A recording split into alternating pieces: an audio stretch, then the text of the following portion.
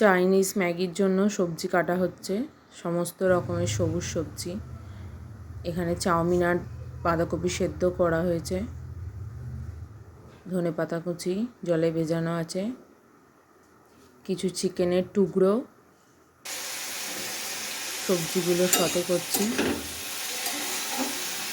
Chicken stock ready করছি, চিকেনটাকে ভালো করে সেদ্ধ করে নিচ্ছে। এবার সমস্ত সবজির সঙ্গে ম্যাগিটা ভালো করে ফ্রাই করছি। চিকেনগুলোও সেদ্ধ করা দিয়ে দিয়েছি। তারপর কড়াতে তেল দিয়ে একটা ডিমের পোচ তৈরি করছি। জিনিস দেখে আসতে হবে চাউমিনের উপর জাস্ট সাজিয়ে দেওয়ার জন্য।